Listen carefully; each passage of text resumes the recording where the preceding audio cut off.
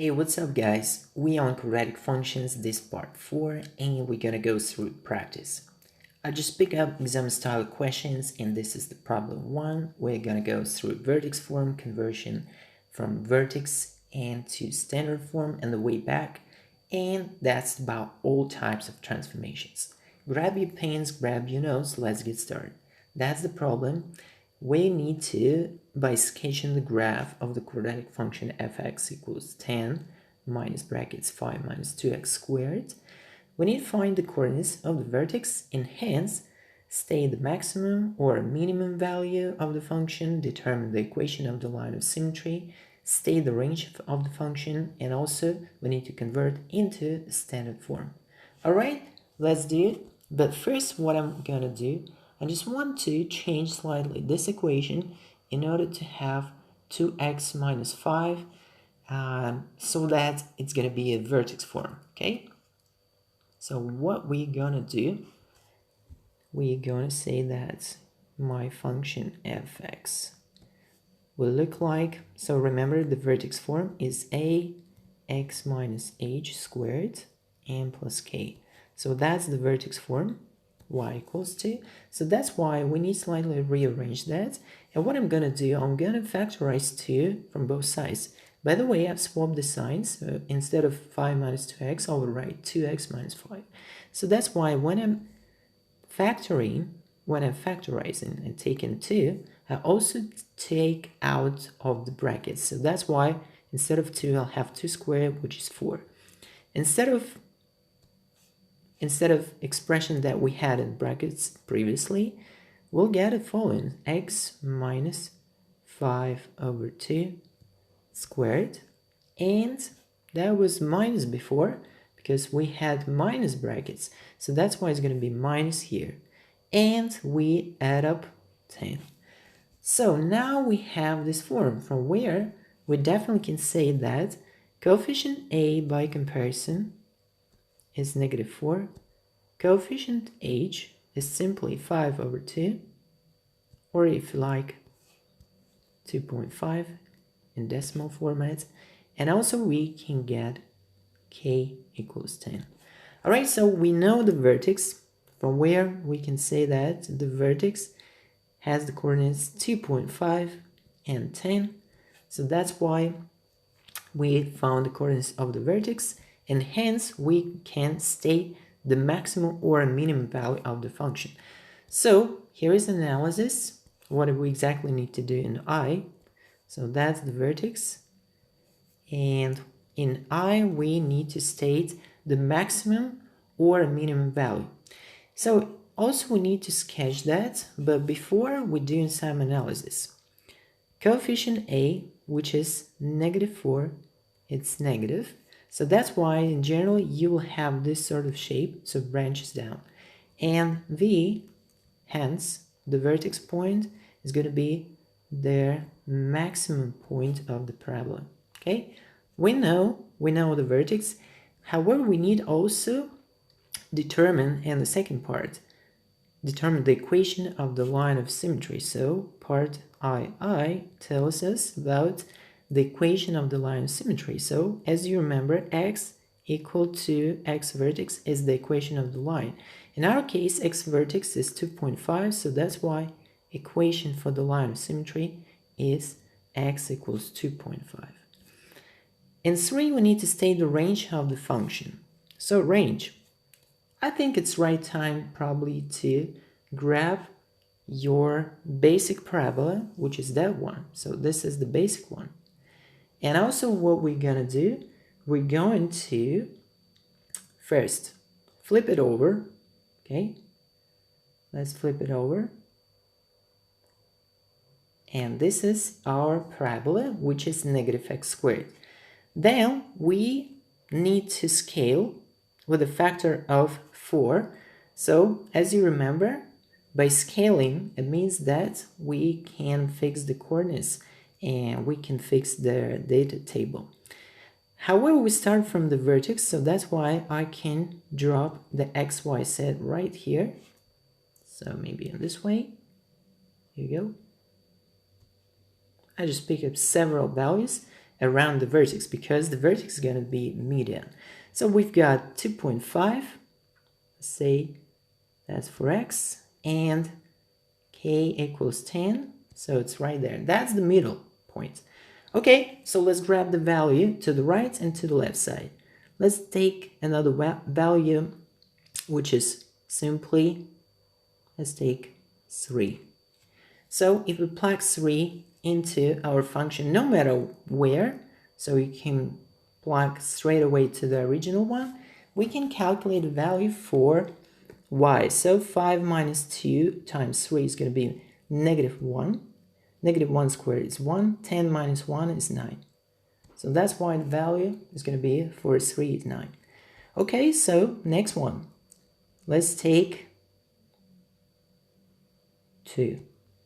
If we plug 2, we'll get 5 minus 2 times 2 is 4, is 1, and this is the gain 9. Obviously, the value for y is going to be symmetrical around the vertex, because remember, the vertex is sort of the median, and y values around the vertex are going to be symmetrical. Okay, so, and finally, let's take another values. We actually need to find, maybe it's a good idea to find x-intercept. In this case, we need to for proper sketching. So let's find x-intercept.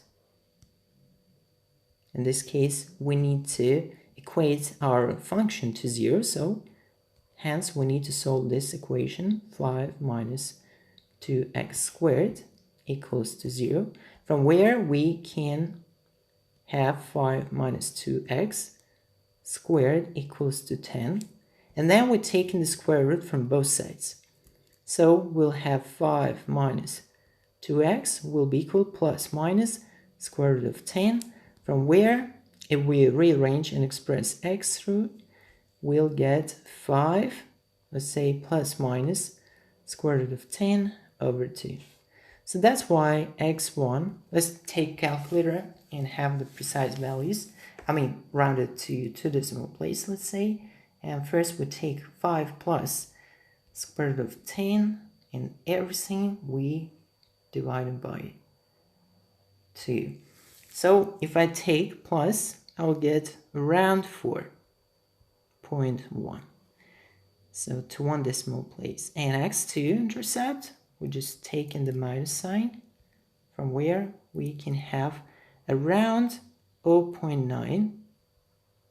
So that's why we can clearly drop those points and say now that we have the following. So what we've got x-intercept 4.1, so around 4, it's right there. Okay, that's one intercept, and 0.9 is around 1, so somewhere here. So by the way, we have the vertex 2.5 and 10. So 10 is quite like far from here. So I'm not going to draw this, but approximately I can put this point, and the x, so the line of the symmetry is going to be 2.5. It's right there. So that's why I just want to drop the line of the symmetry, and I put it vertically. So let it be a dashed line, okay? So the line that goes through 2.5 right there. Okay, I guess I got this, and maybe let's shift a little bit like this. Okay, so and 10 value is going to be somewhere here. This is going to be the vertex V with the coordinates 2.5 and 10.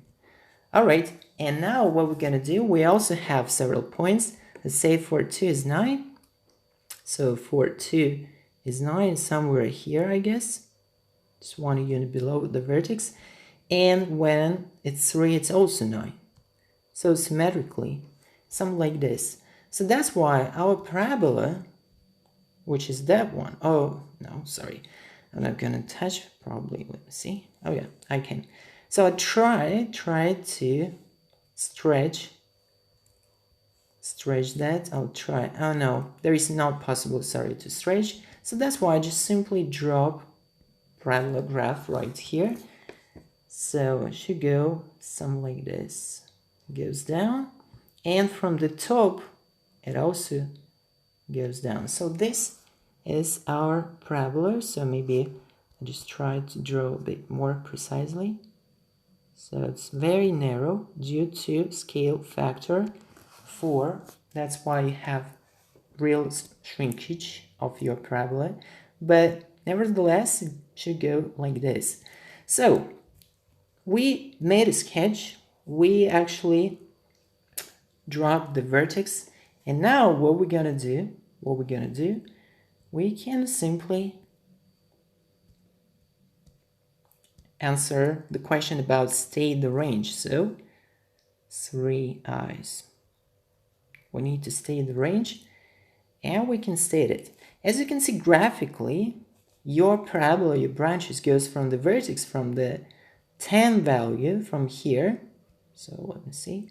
So from 10 value, from this level, is level of 10 for y, and it goes down all the way to negative infinity. So that's why we can say that the range is y value. So range is from 10 to negative infinity. However, we need to arrange in ascending order from negative infinity to 10, including the 10 itself, because that's the vertex. Okay, so we've done I, and now let's convert into standard form. So we have this equation, and now what we're gonna do, we need to convert into the standard form. So what we ask, we need to get back to the form y equals ax squared plus bx and plus c. Okay, so what we're gonna do, we just simply need to expand the brackets. So what we are doing is we're taking 10 and we're subtracting the expanded form.